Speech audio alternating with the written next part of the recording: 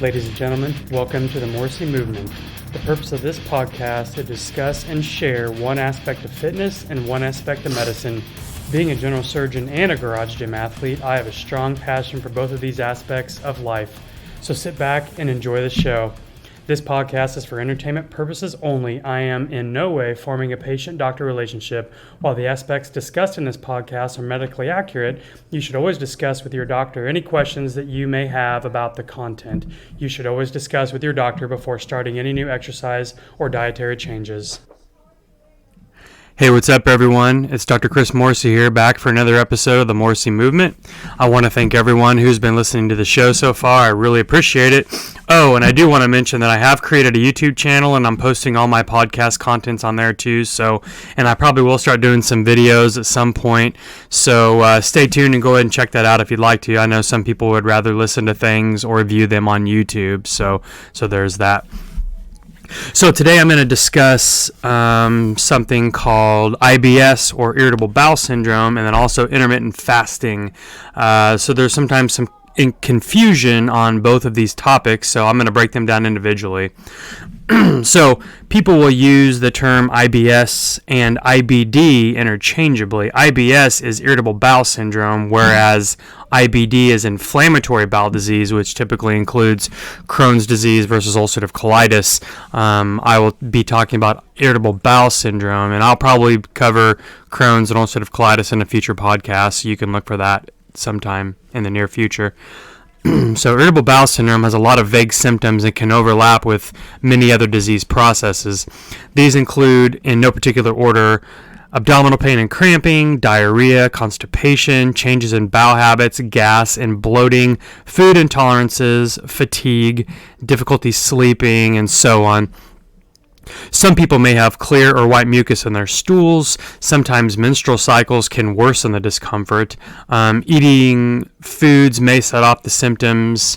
It typically affects the large intestine or the colon. This is a fairly common disease process. It usually affects women twice as often as men and is usually found in people younger than 45. The cause is fairly unknown.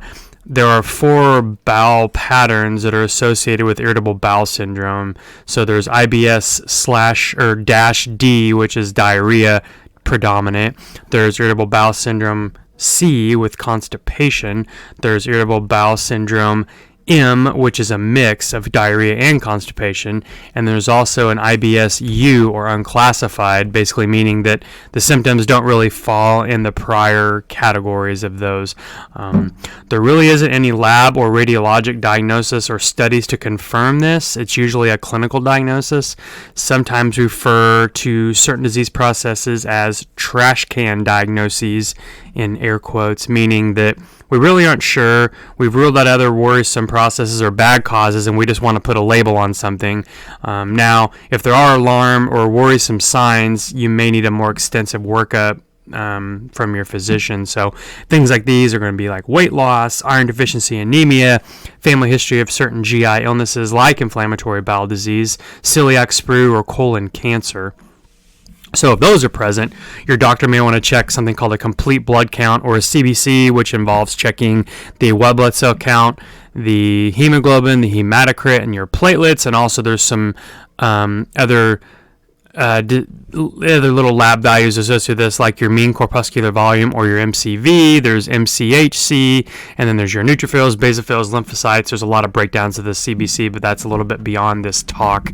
They may also want to get a CMP, or a Chem18, which stands for a complete metabolic profile. So this is going to entail normal electrolytes, sodium, potassium, chloride, carbon dioxide levels, BUN and creatinine, and also glucose. And then along with the CMP, you also get your liver enzymes. So you'll be seeing your total bilirubin, your alkaline phosphatase, your AST and ALT, which are liver enzymes.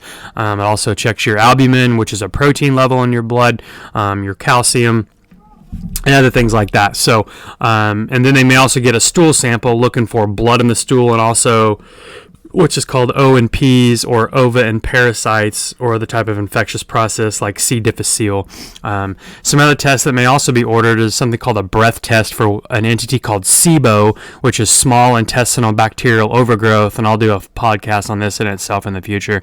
Another test that may be ordered is something called a tissue transglutamase antibody testing, and a small bowel biopsy for irritable bowel syndrome, diarrhea specific for celiac disease, which is a gluten intolerance or intolerance to wheat products. May also check thyroid function levels, serum calcium for hyperparathyroidism, and also something called an ESR, which is a erythrocyte sedimentation rate, and a CRP, which are C-reactive protein, which are both non-specific inflammatory markers. So these are something else that may happen. You may also get a CAT scan of the abdomen and pelvis, and or a colonoscopy if this has not been done. And I did discuss colonoscopy in great detail actually in my first podcast that I have done. So if you have not heard that, go back and give that a listen for more details on that. So how do we manage irritable bowel syndrome?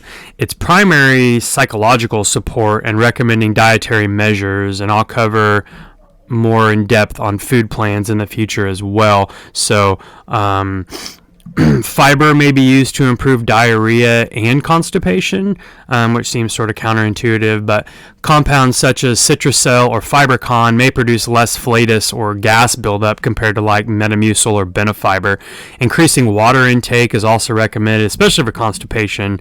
Caffeine avoidance may decrease or limit anxiety and making symptoms worse. Avoiding certain foods like legumes, which is like beans, to decrease bloating. Probiotics is also something that can be used to help with these symptoms. There are certain medications that can be used as well. Anticholinergics or antispasmodic medications like dicyclamine or hyoscine or peppermint oil, if you want to be a little more natural. Anti-diarrhea agents like Lomotil. Sometimes people will be placed on tricyclic antidepressants such as amitriptyline. Prokinetic agents, something like Reglan or erythromycin, that will actually help the stomach empty faster. Bulk-forming laxatives, SSRIs, and so on. So there's lots of medications we can try to help with this symptomatology. Altered GI motility includes the small and the large intestine. There's an electrical activity of the bowels. They're composed of slow waves with superimposed spike potentials. So people with diarrhea will actually have greater alterations in this as opposed to people with constipation. Small bowel dysmotility, meaning that the small bowel doesn't work very well, will have a delayed meal transit time in people that are prone to constipation, and this will be accelerated in people with diarrhea. Current theories look at this was just kind of a general smooth muscle hyper-responsiveness. Second part is what's called visceral hyperalgesia. Basically, the person has a heightened awareness of motility and pain. People with this describe a wide kind of dermatomal distribution of referred pain. So dermatomes, there's some maps that you can look at on the internet. Basically, we have superficial nerves that kind of go across in patterns along our abdomen and our entire body, really. But this is kind of focused on the abdomen. But they originate from spinal roots and they go around the body in a certain pattern type distribution. So you could look that up on the internet if you'd like. So sometimes people get referred pain, which is actually when pain is starting somewhere, but then it spreads or maybe felt somewhere else. So, for instance, I may have talked about this a little bit in my gallbladder podcast, but if you have a flare-up of your gallbladder, a lot of people will actually feel pain in their right shoulder blade. And the reason for this is because the nerve that exits the spine goes to the gallbladder, travels really close to this area.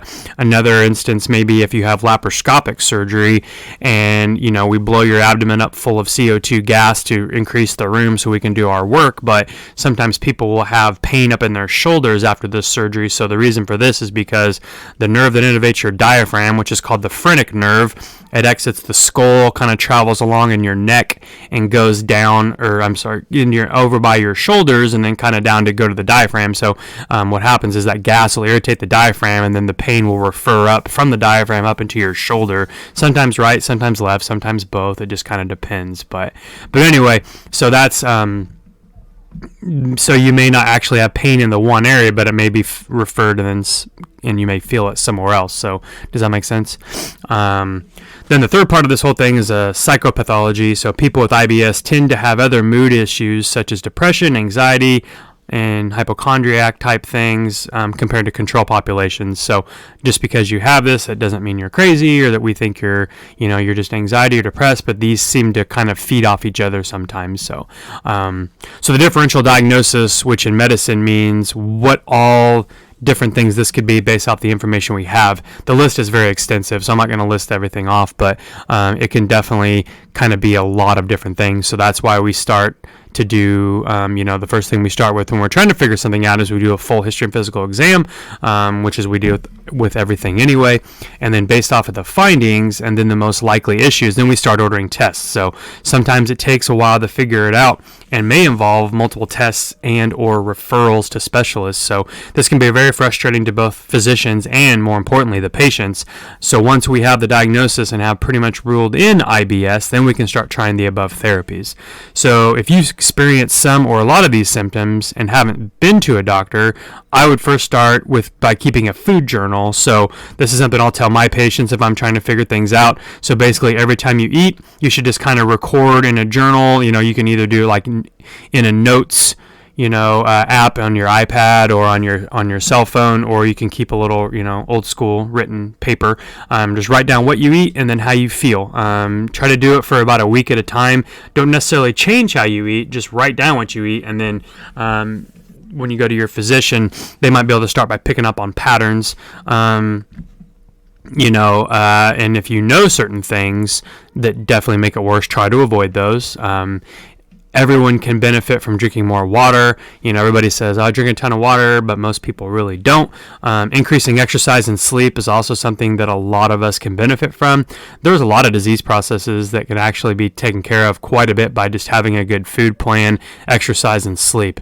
So give that a try and see how things go. When I refer to food plans, I don't like the word diet. I feel the word diet has a negative connotation, especially when you're trying to get someone to change how they eat. If you say you're going to go on a diet, it's automatically like, okay, I'm super food restricted, and there are some diets that are very food restrictive, but there are some that are not. So when I like to talk to people about changing the way they eat, I like to call it a food plan or an eating regimen or something like that, but I usually try to avoid the word diet in general. So speaking of food plans and diet, this is a really good segue to going on to intermittent fasting. So what is intermittent fasting? It's something that's been talked about a lot lately in the media and the fitness circles and on social media. I'm sure if you've even just thought about it, it ends up being shown up on Facebook somehow or another, the way they're always figuring out what we're thinking and what we think we need. So sometimes the term intermittent fasting gets tossed around and maybe misused. If you really break it down, some people get kind of angry when you use intermittent fasting incorrectly. Me personally, I really don't care, but intermittent fasting is actually an eating plan that is switched between fasting and eating on a regular schedule. So this is not a new concept. There's a lot of religious practices that utilize this. So something like Ramadan, they will basically fast from sunup to sundown and then will only eat in the evenings. Some other religions will, only eat at certain times a day. So fasting is definitely nothing new. One of the main reasons to utilize fasting for body composition and for nutrition is you actually can switch using carbohydrates as fuels and go to burning fat. So something called like a metabolic switch. And there's multiple ways that you can implement this. I'm going to go through some of these here. There's a bunch of different ways to do this also. And again, before you start anything, you should always talk with your doctor before you start changing up how you eat and how you do things. So one of the more popular ways is actually what's people sometimes call it intermittent fasting, but it's actually really time restricted feeding. So you basically will only eat in a certain window and then not eat in a different window. So if people want to start doing this, and I feel that it is appropriate, I usually recommend start doing just a 12 and 12. So you only eat for 12 hours and then you do not eat for the other 12 hours. So typically this is pretty simple. Doesn't take a whole lot of work on somebody. So me personally, I actually do intermittent fasting quite often, or time restricted feeding rather, and I usually do the 16-8, which is where I will fast for 16 hours and I will only eat within an 8-hour window. So to get started, basically you can just wait to eat until later in the morning or in the day. You can have water and coffee, but it has to be black coffee or tea. You're not supposed to put any type of calories in it. Me personally, when I get up in the morning, part of my morning routine, which I'll do a podcast on morning routines also in the future, but I will get up, I'll make a cup of pour over coffee, and I actually put like 20 grams of collagen protein that's tasteless into my coffee from Bulletproof, and then I also add a little bit of MCT oil and some creamer, so I'm technically not completely fasted, but the caloric intake is only like 70 calories, so I really don't care. It does not really affect me a whole lot. So anyway, so you can use water and caffeine. Caffeine will actually suppress your appetite, and then water can kind of make you feel a little bit more full. So now others advocate for fasting for a longer period of time, say doing a 24-hour fast once a week. So that's something else you can try if you would like to, but I would not jump right into that. I would start slow, and I will go through this here in just a second. So why would I want to do this? What are some of the benefits of doing intermittent fasting? Well, there's a lot that are listed off. So a few of these include thinking and memory. There's been some animal studies that have actually shown to increase in working memory from doing intermittent fasting. Some of the theories is that you're reducing brain fog by reducing some of the pro-inflammatory foods and also having less of a level of glucose floating in your bloodstream. Heart health. This has actually been shown to lower blood pressure and resting heart rate if used appropriately. Physical performance, which is kind of the main goal people try to do. You can generate fat loss and muscle gain, and also increase in endurance have been shown in some studies with intermittent fasting. Diabetes, and obesity. This has also been shown to lower blood glucose levels since you are burning fat and not having as much carbohydrates floating around, and also will decrease body fat and weight due to fasting. So like I said earlier, if there's less glucose available, then the body switches to burn fat for fuel, and fat is actually a very good fuel source. So as far as what are some of the different ways we can do it, I've already listed a few, but I'll go through them again. So some of the plans, the time restricted feeding, so 12 and 12 or 6 and 8 is one. So there's another one called 5/2, which is actually where you will eat 5 days per week like you normally would. Obviously, you want to do smart food choices, not just eating whatever you want, but eating a good amount of fruits and vegetables and protein. And then also, so for the other 2 days, usually, people do it Monday through Friday, and on the weekends, they will restrict their caloric intake to like 500 to 600 calories. So basically, almost like a fast. You're just eating enough just to kind of get by so you're not super hungry. So there's another fasting option called Eat, Stop, Eat, which is basically you'll eat food and then you'll fast for 24 hours once or twice a week. So that's another option. You can do another one called Alternate Day, where you'll eat one day and you'll fast the next day. And again, there's multiple variations of this as well. One of the first realms of fasting was called the warrior diet. This was popularized by the fitness expert Ori Hofmeckler. Basically, this entails eating small amounts of raw fruits and vegetables during the day and then one huge meal at night. This is one of the first intermittent fasting diets that ever came about. And there's another one called spontaneous meal skipping, where basically there's no real structure. You just eat and then randomly skip a meal or severely restrict your calories depending on what's going on in your life. So this is one that could easily implement it as well. If one of the days during lunch you're super busy, you just skip lunch and you don't eat, or skip supper or whatever. So, and again, like I said, if you're going to give this a try, always check with your physician.